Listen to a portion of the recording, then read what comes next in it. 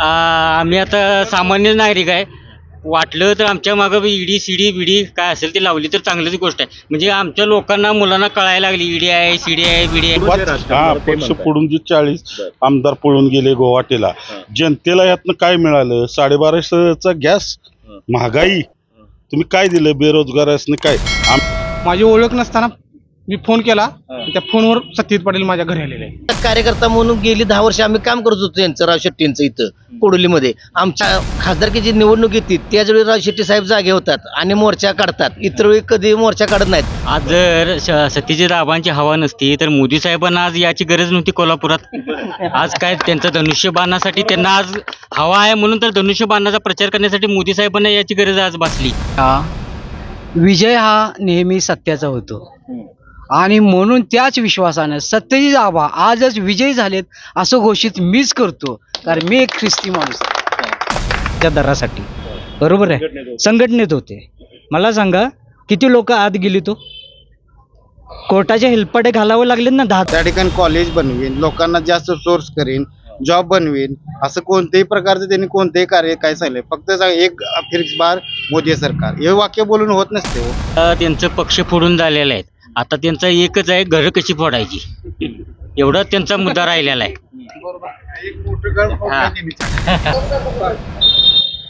दर्शक हो नमस्कार. डिजिटल कोल्हापूरमध्ये आपल्या सर्वांचं स्वागत. सध्या लोकसभेच्या धर्तीवरती आपण ग्राउंड रिपोर्ट करतोय. हातकर्णी मतदारसंघामध्ये वेगवेगळ्या तालुक्यात काय काय चाललंय हे तालुक्याच्या ठिकाणी जाऊन आपण बघितलं. परंतु वारणा खोऱ्यामध्ये नेमकं काय चाललंय, कारण वारणा खोरा एक महत्त्वाचा इकडचा एक भाग आहे. खूप सारे मतदार इकडचे आहेत आणि इकडं नेमकं काय वातावरण आहे हे पाहण्यासाठी आपण आज वारणा कोडोली या गावी आलेलो आहोत. कोडोली गावातल्या एक महत्त्वाच्या चौकामध्ये आम्ही इथं बसलोय. खूप सारे कार्यकर्त्यांनी लोकही इथं भेटलेत, मतदार भेटलेत. त्यांच्याकडून जाणून घेऊ की नेमकं इकडे वातावरण काय आहे, कुणाची हवा आहे. पहिल्यांदा तुमचं सर्वांचं स्वागत डिजिटल कोल्हापूरमध्ये. आणि प्रश्न तर सगळ्यांना आता माहिती आहे, लोकसभेवरतीच आपण सगळे बोलणार आहोत. परंतु कुठल्याही राजकीय मुद्द्यांच्या वरती एकत्रित इथल्या लोकल राजकारणावरती जरी बोललात तरी चालेल. प्रत्येकाला आपापली मतं मांडायची पूर्ण मुभा आहे. फक्त एकाच बाजूने बोलावं असं काही नाही आहे. प्रत्येकाचे कार्यकर्ते, प्रत्येकाचे विचार वेगवेगळे आहेत. त्यामुळं सुरुवात तुमच्यापासून करूया. गावचेच आहात का कोडोलीचे? नमस्कार. मग आता लोकसभेच्या धर्तीवरती वेगळे नेते इकडे प्रचारला येत आहेत. आता सगळं वारं सुरू झाले, वातावरण तापायला लागले. तर नेमकं वारं कोणाचं आहे इकडे? मग सत्यजित पाटील आबा. का कार्यकर्ते आहात? नाही, मी काँग्रेसचा कार्यकर्ता आहे. काय इकडं एवढं वातावरण काय? कारण इकडं तर कोरे साहेबांचा गट फार स्ट्रॉंग आहे. होय, स्ट्रॉंग जरी असला तर सध्या वातावरण बघता जे पक्ष आहेत, इतर पक्ष आहेत, त्यापेक्षा एक सर्वसामान्य कार्यकर्ता म्हणून सत्यजित पाटील आबांना पसंती जास्त लोकांनी दिलेली आहे. गावात एंट्री केल्यापासून राजेश शेट्टी साहेबांचा फार मोठ्या गाड्या इकडे फिरत आहेत. मग त्यांची हवा इकडे आहेच की? प्रचार करणार की सर्वजण प्रचार करणार, परंतु आता सध्या तरी सत्यजित पाटील आबा यांची हवा आहे. म्हणजे इकडं त्यांचं जास्त लीड दिसतंय. काय वाटतं बघा? सत्यजित आबांचे आता बघितलं, आता ह्या घडीला जर बघितलं तर सत्यजित आबांचं पारड जरा जड दिसते आणि उमेदवार चांगले आहेत. कुठली गोष्ट त्याची भावलेली आहे म्हणून तर सत्यजित आबा म्हणतात? त्यांचं मनमिळावू स्वभाव, प्रत्येक म्हणजे आमच्या मतदारसंघात जनसंपर्क लोकांना फार उपलब्ध आहेत. मी खूप ठिकाणी इकडल्या भागात ऐकलं की ते एनी टाइम अवेलेबल असतात. कुठला फोन केला तर कधी पीए नसतो, डायरेक्ट फोन उचलतात. ही गोष्ट तुम्हाला लोकांना चांगली वाटते, योग्य वाटते की त्याच्यामुळे ते अवेलेबल होतात? खरं विकासाची कामं करतील का? करणार 100% करणार. त्यांनी आमदारांना काही केलेलं आहे? त्याचं केलेलं आहे की कोडोलीत भरपूर त्यांनी कामं केलेली आहेत. विरोधक म्हणून आरोप बोला. सध्या आपण जिथं बसलेलो आहे, हा जे शिवाजी महाराजांचा जो पुतळा आहे याचं काम सुद्धा सुशोभीकरणाचं काम सुद्धा सत्यजित आबांनीच केलेलं आहे. त्यांच्या फंडातूनच हे काम झालेलं आहे. आता आपण जे पायरीवर बसलोय, परत कोडोली जे मेन बस स्टॉप आहे, एसटी स्टँड, त्याचं काम सुद्धा सत्यजित आबांनीच केलेलं आहे. आणि गेली 40 वर्षाचा एक रस्त्याचा विषय होता, काखे कोडोली रोड, त्याचं सुद्धा सर्व काम सत्यजित आबांच्या फंडातून झालेलं आहे. आणि सर्वसामान्य माणसांना अगदी नावानिशी ओळखणारा नेता अशी त्यांची ते एक हे आहे, ख्याती आहे. नाही, मग एकंदरीत तुम्ही कामाबद्दल बोललात. शेवटी विद्यमान खासदार मानेसाहेब असतील किंवा माजी खासदार राजेश शेट्टी साहेब असतील, त्यांनी सुद्धा इकडल्या भागात कधीतरी मताधिक्य घेतलेलंच आहे. मग त्यांचं धैर्यशील माने साहेबांनी काही इथं काम केलं नाही. 5 वर्ष ते आलेले नाहीत. पक्षातनं फुटलेत, शिंदे गटात गेलेत. इथल्या लोकांची कोणाची काही संपर्क नाही त्यांचा. उड्या मार त्यांना चांगली ओळख झाली, इकडे तिकडे उड्या मारतात म्हणून. या भागात त्यांचं काही काम नाही. एक बोर्ड लावला होता, त्याचं पण अजून काही पूर्तता केलेली नाही त्यांनी कामाची. पण त्यांचा इकडं प्रचाराचा तर जोर मला आता त्याच गाड्यांचा जास्त दिसला. गाड्या असून जात पण जनता शेवट निर्णय घेणार आबाच्या बदलच जनता निर्णय घेणार. मधले ती सध्या आहे काय म्हटलं? 50 खोके एकदम ओके मधले जे आता ज्या गाड्या वगैरे जे दिसतात ते 50 खोक्यातल्या पैशातल्याच आहेत असं आहे ते. त्यामुळे वाटतं त्यांचा जोर तुम्हाला जास्त दिसतोय. यावेळी सत्यजित पाटीलच होणार खासदार. इकडे पण आवाज म्हणतात. आबाच कारण मी असं एक कार्यकर्ता आहे की स्वतः आबांची माझी फक्त फोनवरनं ओळख झालेली आहे. रॉंग नंबर माझी ओळख नसताना मी फोन केला आणि त्या फोनवर सत्यजित पाटील माझ्या घरी आलेले आहे. त्यामुळे आम्ही यंदा सत्यजित मला हे पाटलांना प्रचारासारखं काय वाटतंय कारण भेडेस गावाकडे मी अशीच बाईट्स घ्यायला गेलो आणि तिथं बऱ्यापैकी इतर गटांचे पण होते. ते जास्त बोलत नव्हते गप बसले होते परंतु सगळीकडे आबाच असं म्हणत होते. म्हटलं असं हा? बोला, बोला. आता लयच पाठीमागे बसलाय तुम्ही. हा. आबांची कामाची सकाळची सुरुवात स्वतःच्या शेतावर 5:30-6 वाजता असतात सकाळी. त्यामुळं आणि तिथून पुढे सगळे दिवसाची सुरुवात शेती-मातीची नाळ जोडलेली आहेत म्हणून लोकांना स्वतः बीएस एग्रे आहेत. स्वतः बीएस एग्रे आहेत. त्यांना प्रचंड शेतीचं एवढं नॉलेज आहे, प्रचंड नॉलेज आहे की ते सगळ्या कार्यकर्त्यांना म्हणजे मतदारसंघात जे काय जेव्हा संपर्कात असतात तेव्हा शेतीविषयी ते प्रत्येकाला नॉलेज देत असतात. ती एक आणि- गोष्ट तुम्हाला होय, होय. पावलेली आहे. आणि एखाद्या कार्यकर्त्यांची जर ओळख झाली तर 10 वर्ष जाऊन देत, 15 वर्ष जाऊन देत. हा मुद्दा आम्हाला पत्रकार म्हणून एवढे प्रचंड की 10-15 वर्षांना एखादी व्यक्ती जर भेटली तर त्याला त्याच नावानुसार हाक मारणार अशी त्यांची ख्याती आहे. एवढी स्मरणशक्ती म्हणजे क्वचितच व्यक्तींच्यात अशा. काही उदाहरण आहेत का हो? कारण मी हा मुद्दा आणि मगाशी तुम्ही जो सांगितला की डायरेक्ट फोन केला उचलला हा मुद्दा लय या भागामध्ये तरी खूप लोकांच्याकडे ऐकला. आबांना पेच नसतोय. स्वतः आबा स्वतःच फोन म्हणजे उचलतात. कोणी पण मतदारसंघातली माणसं फोन करतात स्वतः आबाच उचलतात. ती एक उपलब्ध होय आहे. होय होय होय. आणि दुसरं तुम्ही शेतीमातीचं जाणवलं काय बोला. प्रथम मी कोल्हापुरात जे आता पत्रकारांशी धक्काबुक्की झाली त्याचा जाहीर निषेध करतो. आणि इकडं आबांची हवा तुम्ही म्हणताय ही 100% खरी आहे. कारण आबा आहेच. आबा म्हणजे एक आबांच्यासारखा सामान्य कार्यकर्ता आहे की कधी तो असं मोठ्यांच्या जावं किंवा बारक्यांच्या जावं असं कधीही तिने भेदभाव केलेला नाही. म्हणून सांगतो की आबा हे 100% आमच्या गोरगरिबांच्यातलेच आहेत. एक आबा निवडून आले तर इकडचा आता तुम्ही इकडच्या भागातले आहात म्हणून म्हणताय परंतु हा जवळपास 6 विधानसभा मतदारसंघांचा लोकसभा मतदारसंघ आहे. 950 गावांचे 950पेक्षा जास्त गाव आहेत. तर इतर ठिकाणी हे एवढी कामं करू शकतील आणि तुम्ही म्हणताय तसं उपलब्ध होतील. होय करू शकणार की करू शकणार. 100% करणार. उदाहरणार्थ तुम्हाला सांगतो आता आपण कोडोली शिवस्मारक आता आपण शिवस्मारकाच्या इथंच आहे काय हे बरेच वर्ष रखडलेलं होतं. इथं आबांनी लक्ष देऊन सगळं म्हणजे ह्या शिवस्मारकाच्या माध्यमातून कोडोली त्या जनतेतील हृदयस्थान निर्माण केलं सत्यजित आबांनी.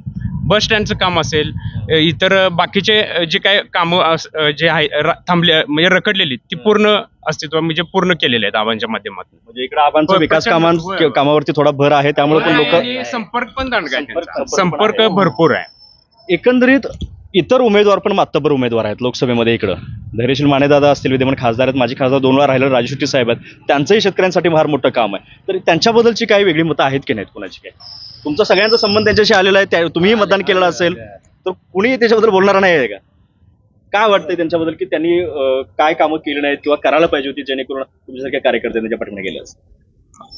आता आमचं मत काय आहे आम्हाला नेता शेतकरी नको, शेतकरी नेता पाहिजे. शेतीतलाच पाहिजे. शेतीतलाच पाहिजे. शेतीच्या मातीतला पाहिजे. हा एक मुद्दा आहे. बोला तुम्ही तुमच्याकडे येतो जरा. काय वाटते राजकारण? काहीच नाही. तब्येत नाही बरोबर. बरं काय वाटते राजकारणाबद्दल? काहीच नाही. काय बोला. इकडे सत्यजित आबांची हवा आहे आणि सत्यजित आबा कसं आहे सर्वसामान्य लोकात मिसळणारे आहेत. त्यामुळे इकडे सत्यजित आबाच येणार. आपण खासदार झालेत म्हणून समजा आम्ही म्हणतोय. आता काय लीड किती असेल? लीड तर कमीत कमी लाखाच्या वर बसणार आहे. पण निवडून 100% ते येणार. निवडून 1% येणार. एवढ्या मोठ्या तिन्ही पक्षाच्या पक्षश्रेष्ठीने एक सामान्य घरातल्या माणसाची निवड केली. भारतीय शरद पवार साहेब, उद्धव ठाकरे साहेब किंवा आपले काँग्रेसचे पटोले साहेब या सगळ्यांनी जयंत पाटील साहेब या शेतकऱ्याच्या मुलाला एवढा मोठा चान्स दिलाय म्हणजे त्यांच्या पाठीमागे काहीतरी विश्वास आहे. या माणसाची काम करण्याची कुमत त्यांनी 5 वर्ष मंत्रालयात बघितलेले आहे. पाठीमागे लावून घेणे तिकीट द्यायलाच पाहिजे होतं. काम आहेच हा एक त्यांचं. मुद्दा खूप जणांनी सांगितला की खूप नेत्यांना तिकिटासाठी फेऱ्या मारावं लागत होतं आणि यांना तिकीट आणून दिलं. परंतु दुसराही आरोप केला जातो की त्यांनी ते कारखानदारांचे नेते आहेत म्हणजे शेतकऱ्यांचे अपोजिट वालेत कारखानदारांचे नेते आहेत. म्हणजे म्हणजे या भागातले धैर्यशील माने म्हणा, राजू शेट्टी म्हणा हे कारखानदारीवर चालले. आणि आता त्यांनी काय केलंय कारखानदारीवर चालू हो चाललं. आता ऊसाचा प्रश्न आला की कारखाना आलाच की हो साहेब. ऊस आला म्हटल्यानंतर कारखाना येणारच की. मग त्या माध्यमातून हे सगळं चाललेलं आहे. अजून सुद्धा खूप सारे आरोप केले जातात. जर आता तुम्ही त्याच्यावरती बोला. मी स्वतः एक शेतकरी आहे आणि ऊस दराचं आंदोलन कधी असतंय फक्त वर्षातून एकदाच, आणि ते पण ज्यावेळी खासदारकीची निवडणूक येते त्याचवेळी राव शेट्टी साहेब जागे होतात आणि मोर्चा काढतात. इतर वेळी कधी मोर्चा काढत नाहीत. भात दर असू दे, गहू दर असू दे किंवा अन्य कुठले असू दे जे सर्वसामान्य जनतेशी निगडीत आहेत, हो, जे सर्वसामान्य जनतेशी जे निगडीत प्रश्न आहेत त्याबद्दल आज तागायत कधी आंदोलन केलेलं आम्हाला तर कुठं आठवत नाही. मी स्वतः एक त्यांचा कार्यकर्ता म्हणून गेली 10 वर्ष आम्ही काम करत होतो त्यांचं, राव शेट्टींचं इथं कोडोलीमध्ये. आमचे वडील पन्हाळा तालुका अध्यक्ष होते शेतकरी संघटनेचे, त्यामुळे शेतकरी संघटना आम्हीच वाढवली या कोडोली भागात. आता नाही, आता आम्ही त्यांच्यासोबत नाही. आज जर सत्यजित आबांची हवा नसती तर मोदी साहेबांना आज याची गरज नव्हती कोल्हापुरात.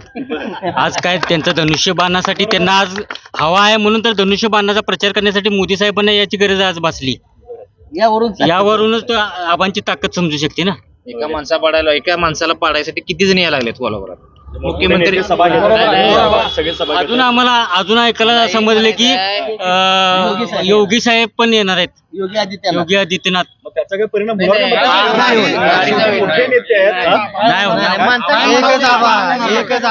माणसाने ठरवलेला आहे सगळ्या कोडोलीतील माणसाला पाडायसाठी जर सगळा महाराष्ट्र तुटून पडत असेल, भारत जरा, तर या माणसाची ताकद काय आहे ही फक्त तिने ओळखले. मुख्यमंत्री 4-4 वेळ येतच असतील एका उमेदवारासाठी. 2 उमेदवार शाहू महाराज. आज तुम्हाला माहितीच आहे मुख्यमंत्री रात्रंदिवस 2 दिवस रात्रीचा दिवस केला तिने. कुणाच्या घरात किती वाजता गेले सगळ्या मीडियाला पण माहिती आहे. मग ती हवा असल्याशिवाय गेले का? तेच सांगते ना तुम्हाला, तेच सांगते ना. एकट्या माणसाला पाडायसाठी सगळी तुटून पडल्यात पण ती पडत नाही. ज्या दिवशी उमेदवारी डिक्लेअर झाली त्या दिवशीच गुलाल लावलेला आहे तिने. फार जोर आहे एकंदरीत. बोला. आता कसा विषय आहे, आता काय काय गावात आबांची ओळख पण नाही, सत्यजित पाटील कोण आहेत ते पण माहित नाहीत. आता ते सुद्धा लोक न बघता आबाच म्हणतात. त्यांच्या तोंडात पण सत्यजित आबा हेच नाव आहे. आम्हाला आबासनी तुम्हाला वाळवा, शिराळा, तुमचा हातकलंगडी म्हणा, शिरोळ म्हणा, इचगंज म्हणा, कोणी ओळखत नव्हतं. कालच मी कुरुंदवाडला पण ग्राउंड रिपोर्ट घेतला. कुरुंदवाडाने त्या भागामध्ये मला अंदाज आलाच असेल. हा, मी तेच म्हणतो की त्या भागामध्ये सुद्धा आबांचे जे आता मिसळल्यानंतर जो साधेपण आहे तो खूप लोकांना भावला. डायरेक्ट काही जण जे दूध डेअरीत दूध घालत होते ते बाहेर. तर मग त्यामुळे सुद्धा एक नेतृत्व चांगलं होऊ शकते असं वाटतं. मोठा आरोप एक अजून केला जातो की त्यांनी आमदार घेतात. आता तुम्ही इथली काही उदाहरणं दिलीत की आमदारकीला असताना इथं फंड दिला, परंतु त्यांच्या मतदारसंघामध्ये एवढी काही कामं त्यांनी केलेली नाहीत. असा प्रचंड कामं झाली. आबांनी स्वतःच्या गल्लीतला रस्ता थांबवला, पण पन्हाळा शेवाडीच्या भागातले रस्ते केले. एवढा पुढाकार त्यांनी घेतलेला आहे. 100% कामं केलेली आहेत. विरोधक म्हणतात केलेलं नाही, काय नाही, त्याचे सगळे आमचे डिटेल्स आहेत. ते टाकले तरी थांबत पण नाहीत, पुन्हा ते ग्रुप एक वेळा बंद करतात. ते काय वाटतं एकंदरीत वारणा कोडोली तिकडं किती टक्के मतदान कसं डिस्ट्रीब्युट होईल? अभ्यासक फिरणारे लोक 60% मतदान तर होणार पन्हाळ्यात. सत्यजित आबांना 60% होणार, कारण सर्वांच्या सुखदुःखाला येणारा माणूस आहे. वाढदिवस असू दे, कोणाच्या घरात दुःखाचा कार्यक्रम असू दे, एक फोन केला की आमदार हजर, दुसरा फोन करायची गरज नाही. ही उपलब्धता त्यांची लोकांना खूप भावलेली आहे, कारण लय ठिकाणी हेच मुद्दे सांगतात. आणि त्यांनी सांगितलं तो नावाचा की ते नावानिशी प्रत्येक वेळी ओळखतात प्रत्येकांना. बोला असू दे की बसा, नाहीतर उभा राहून बोला तरी चालेल. गावचेच आहेत का? प्रश्न विचारा. गावचेच नागरिकच आहेत. लोकसभेच्या धर्तीवरती आम्ही ग्राउंड रिपोर्ट घेतोय की लोकांना नेमकं काय वाटतंय, कुठला नेता पुढे यायला पाहिजे बाबा जेणेकरून या भागाचं अजून भलं करेल किंवा इकडली कामं होतील, तुमच्यासारख्यांची काही अडचणी असतील तर त्याच्यासाठी ती कामी येतील. कसं आहे साहेब, आता हातकलंगडी लोकसभा लागलेले आहे. 2 वेळा इथं शेतकऱ्यांचं काय वर राजू शेट्टी, 1 वेळा धैर्यशील मानेंना आम्ही निवडून दिलतं, पण त्यांनी पूर्ण आमच्या अपेक्षा भंग केल्या. आज शेतकरी प्रश्न म्हणजे प्रश्न नव्हे हो, उद्योग असेल, व्यापार असेल, ह्या लोकांनी सुद्धा त्यावेळी मतदान केलं. ते काही केलंच नाही. आणि कालचे जे खासदार होते त्याने अजिबात भागाकडे बघितले नाही. आम्ही कित्येक वेळा त्यांना कितीतरी प्रश्न सांगितले की बाबा रस्ते करा किंवा हे करा ते करा. तुम्ही अप्रोच केला होता का? हा, कामासाठी. त्या कामाकडे त्यांनी दुर्लक्ष केलेलं आहे. एवढं करून आणि कसं आहे, ही जी आत्ता राजकीय नाटक जी चालू आहे ती योग्य नाही. आणि ही जी आता राजकारण मुख्यमंत्री केल्यात, ही घटनाबाह्य सगळे सरकार चालू आहे. त्या अजिबात पक्ष पडून जे 40 आमदार पळून गेले गुवाहाटीला, जनतेला यातनं काय मिळालं? 1250चा गॅस, महागाई, तुम्ही काय दिलं बेरोजगारासने? काय आमच्या भागात कुणीही काय केलेलं नाही. आम्हाला फक्त आत्ता असा आमदार हे खासदार हवे आहेत की बाबा सर्वसामान्यांचं असावं. तसा नेता एकच आहे, सत्यजित पाटील आबा. नाही, आता फोडून काय केलं असं म्हणत असेल तर खूप त्याची उत्तरं दिली जातात की ते म्हणतात आम्ही हिंदुत्व जगवलं, विचारधारा जगवली. काय त्याच्यासाठी हिंदुत्व म्हणजे काय? तुम्ही जनतेला हिंदुत्व म्हणजे काय मला जरा सांगा. हे नेमकं सांगा. नाही हिंदुत्वानं पोट भरलं का? हिंदुत्वानं पोट भरलं का आम्ही हिंदू नाही?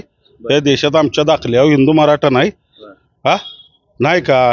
तुमच्या दाखल्यावर नाही का हिंदू मराठा? हा हिंदू मराठा हिंदुत्व सांगून हे होत नाही. एक सांगतो, लोकशाहीत बेरोजगार, महागाई, महिलांसाठी नाही पसंतच नाहीत आम्हाला. मराठा आरक्षणाचं जे आंदोलन एवढं मोठं झालं, मनोज जरांगे पाटलांनी केलं, एवढं जालन्यात इतकं महाराष्ट्रभर त्याचं हे पसरलं, लोण पसरलं, तर इकडे त्याचा मराठा आरक्षणाचा काय इम्पॅक्ट होईल असं वाटतं का मतांच्या वरती? आता तर काय सध्या तसं वातावरण आपल्या ह्या भागात तरी काय नाही मराठा आरक्षणासंदर्भात तरी.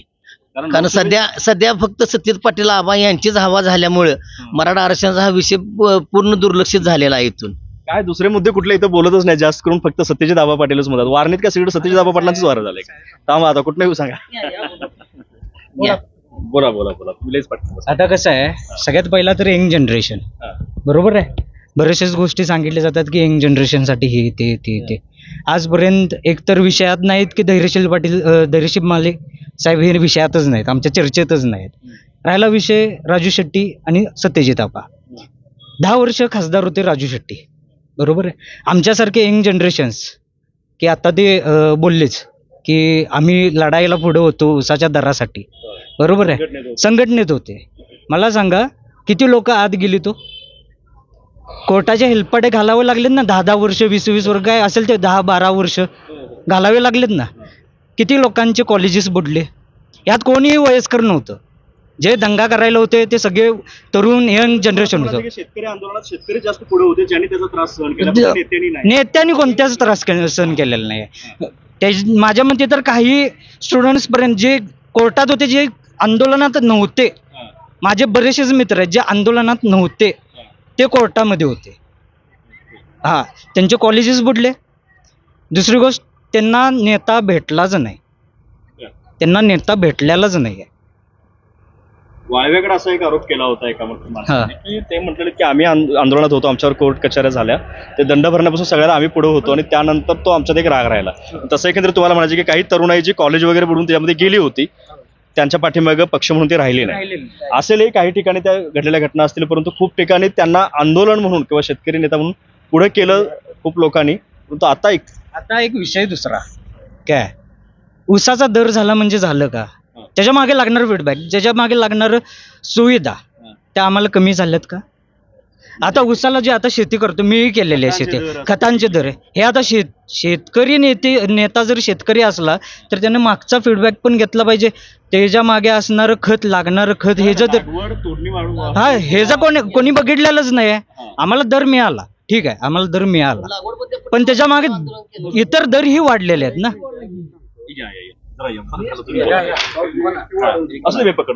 एक मिनिट, मला काय म्हणायचं आहे, प्रत्येक जण काय सांगतोय की शेतकऱ्याला 6,000 रुपये दिलेत, वर्षाला 6,000 रुपये देते.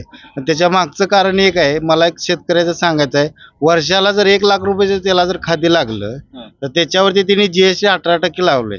म्हणजे 1 लाखाला 18,000 रुपये त्यांचे जातात. त्यातले तुमच्या गव्हर्नमेंटच्या म्हणजे गव्हर्नमेंट सरकार आपल्या लोकांना किती देते? 6,000 रुपये देते.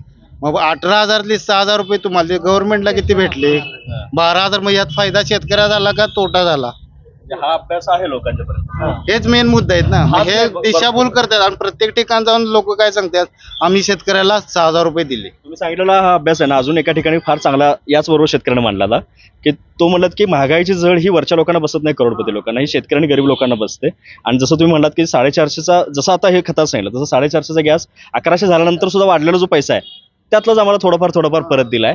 त्यामुळे ह्या महागाईबद्दल त्यांनी काहीतरी काम करावं, आम्ही त्याच्या पाठीमागे राहू जो महागाईवरती काम करेल. कारण आपल्या साहेब आता बोललीत मगाशी, मी भाषण त्यांचं ऐकलं, पण त्या भाषणामध्ये एकही त्यांनी म्हटली नाही की मी तुमच्या कोल्हापूरसाठी एक हॉस्पिटल बनवीन, त्या ठिकाणी कॉलेज बनवीन, लोकांना जास्त सोर्स करीन, जॉब बनवीन, असं कोणत्याही प्रकारचं त्यांनी कोणतेही कार्य काय सांगितलं. फक्त एक फिक्स बार मोदी सरकार हे वाक्य बोलून होत नसते हो. लोकांच्या गरजा ह्या भागत नसतात. म्हणजे मोदी हा एकटा देशात नाही, त्यांनी काय म्हणायचं, भारत सरकार हा वाक्य वापरायला पाहिजे. आपण भारतीय नागरिक आहोत. मोदी सरकार म्हणजे वैयक्तिक एकाची प्रॉपर्टी झाली का? भारत सरकार झालं आता पाहिजे. हे जनतेने विचारलं हे पाहिजे. जनतेने विचार करून हा निर्णय घेतलाय ना, आज तुम्हाला बॅट द्यायला लागले. आलं का लक्षात? बोला हा बोला थांबा आलोच. हॅलो, हे बघा, विजय हा नेहमी सत्याचा होतो आणि म्हणून त्याच विश्वासानं सत्यजित आबा आजच विजयी झालेत असं घोषित मीच करतो, कारण मी एक ख्रिस्ती माणूस आहे. बोला काका, काय म्हणताय? आज जशी कोल्हापूरला जाहीर सभा झाली पंतप्रधान साहेबांची, तशी मागल्या निवडणुकीला पण सांगलीत सभा झाली. त्यावेळी मोदी साहेबांनी सांगितलेले मी सांगली को चांगली करू का, मग झाली का चांगली? तसंच ही आश्वासनपूर्वक सभा झालेली आहे. ह्यातनं काही होणार नाही. दोन्हीही काँग्रेसचं तिकडे खासदार निवडून येणार, इकडे शिवसेनेची मशाल निवडून येणार, एवढंच सांगतो. फार छान, थोडक्यात का असं भारी माहिती मिळाली. फक्त आबांचंच हे इकडे एक मिळालं, परंतु वारणेकडं असं दिसतंय की एकंदरीत सत्यजित आबांचं इकडं सुद्धा वारं फार चांगलं आहे. बघूया, शेवटी निवडणूक आता काय लांब राहिल्या नाही. 7 मेला निवडणुका आहेत, त्यानंतर जूनला लगेचच निकाल आहे. पुन्हा एकदा तुमच्या सर्वांचे धन्यवाद, कारण आजूबाजूला विखुरलेल्या परिस्थितीत तुम्ही सगळे इथं एकत्र येऊन बसलात आणि बोलायला तयार झालं. अजून कुठला मुद्दा आहे? ईव्हीएम मशीनचा एक मुद्दा बोला. काय म्हणता? बोला काय झालं? ईव्हीएम मशीन जे आता सध्या आज मणिपूरमध्ये जे झालं, तिथल्या महिलांनी ते मशीन हॅक झालं म्हणून ते मशीन फोडलं. तसंच आता ह्यांचं ज्या 400 पार जे म्हणतात आज भाजप सरकार की आम्ही 400 पार जाणार, मग त्यांच्या डोक्यात हेच असणार की आता कुठेही तुम्ही गेला असा भारतात तर त्यांना कुठेही भाजपला कोणी मतदान देत नाही. फक्त सगळं ह्यांचं एकच आहे की ईव्हीएम हॅक करायचं आणि खासदार निवडून आणायचं. त्यामुळे ईव्हीएमवर सुद्धा आता जनतेने विचार करून बॅलेट पेपरवर मतदान घेतलं पाहिजे. यासाठी सुद्धा इथून पुढे भविष्यात आंदोलन केलं पाहिजे. जनतेने मतं मांडायला पाहिजे असं म्हणायचं. सर्वोच्च न्यायालयाने याच्यावरती निकाल दिलाय. शेवटी ईव्हीएमला आता पर्याय नाही असंही सांगितलं. सर्वोच्च न्यायालयाने निकाल देऊन सुद्धा मणिपूरमध्ये जी घटना घडली, ते त्यांनी जे करायला गेले मतदान, परंतु संपूर्ण भाजपला मतदान ज्यावेळी लोकांच्या लक्षात आलं त्यावेळी तिथल्या महिलांनी ते मशीन तोडून जनजागृती करण्यासाठी संपूर्ण ते व्हायरल केलेलं आहे. यवतमाळमध्ये आज घटना घडल्या, मतदान होतं, काय झालंय? मशालीला मारलं की धनुष्याला मिळते. ही कसल्या येऊ आम्ही? बघू, शेवटी आता ही निवडणूक आहे तरी नाही, जनजागृती असं म्हणण्यापेक्षा शेवटी याच्यावरती जेवढं करता येईल तेवढं सर्वोच्च न्यायालयात धाव घेऊन आजचा मुद्दा मांडला. न्यायालयाने सांगितले की इथं आता एवढा कालावधी आहे, ज्यांना कोणाला याच्यात डाऊट वाटते तिने येऊन तो हे करावं. शेवटी न्याय व्यवस्थेतील ती भाग आहे. जास्त ज्यावेळी लोक उठून बसतील आणि लोकांनी मागणी केलीच तर ऑफकोर्स हा निर्णय बदलावा पण लागेल नंतर. न्याय व्यवस्थेचा विचार केला तर न्याय व्यवस्थेचं आता बघितलं, एवढं राष्ट्रवादी गट फुटला, शिवसेना गट फुटला, सुप्रीम कोर्टापर्यंत गेले, कोणाला दिला त्यामुळे झालं, कुणाचा पक्ष कुणाला झाले, संस्थापक राहिले बाजूलाच, वेगळेच झाले कार्यकर्ते, त्यांचा झाला पक्ष. या सर्वोच्च न्यायालयाच्या घडामोडी आता त्यांचं पक्ष फोडून झालेलं आहे. आता त्यांचा एकच आहे, घरं कशी फोडायची, एवढाच त्यांचा मुद्दा राहिलेला आहे. आणि आता आम्ही आता सामान्य नागरिक आहे, वाटलं तर आमच्या मागं ईडी सीडी बिडी काय असेल ते लावली तर चांगलीच गोष्ट आहे. म्हणजे आमच्या लोकांना मुलांना कळायला लागली ईडी आहे, सीडी आहे, बिडी आहे. वॉशिंग मशीन मध्ये धुत्यात, त्यांच्याकडे नाही गेले की ईडी मशीन मध्ये धुत्यात. काय बोलणार आहे का निवडणुकीबद्दल? नको, राहू दे.